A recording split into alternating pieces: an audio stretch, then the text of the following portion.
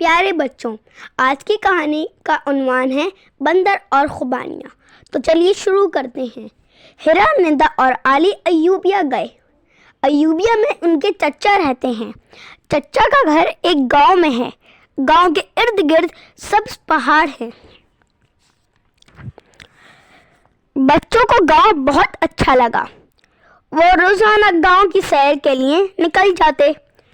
انہیں اونچے اونچے راستوں پر دوڑنا اچھا لگتا۔ ایک دن جب موسم بہت اچھا تھا، سب بچے نظر بچا کر جنگل کی سیر کو نکلے۔ سیر کرتے کرتے انہیں خوبانیوں کے درخت نظر آئے۔ حسن بولا، وہ دیکھو، درخت پر بندر بھی ہیں، وہ مزے سے خوبانیاں کھا رہے ہیں۔ بچے بولے، ہم بھی خوبانیاں کھائیں گے، لیکن کیسے؟ خوبانیاں تو بہت اونچی ہیں۔ حسن بولا، ابھی تماشا دکھاتا ہوں۔ اس نے بندروں کو اپنی طرف متوجہ کیا اور پھر قریب کی ایک درخت کی شاخ کو زور سے ہلایا۔ آہا، مزیدار خوبانیاں! ارے دیکھو تو! بس پھر کیا تھا؟ بندروں نے بھی خوبانی کی درختوں کی شاخوں کو زور سے ہلایا۔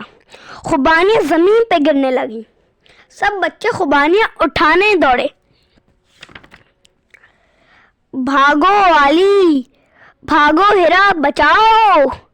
بچوں کو دیکھ کر بندر بھی خوبانیوں کی طرف لپکے۔ خوبانی کھانے چلیں؟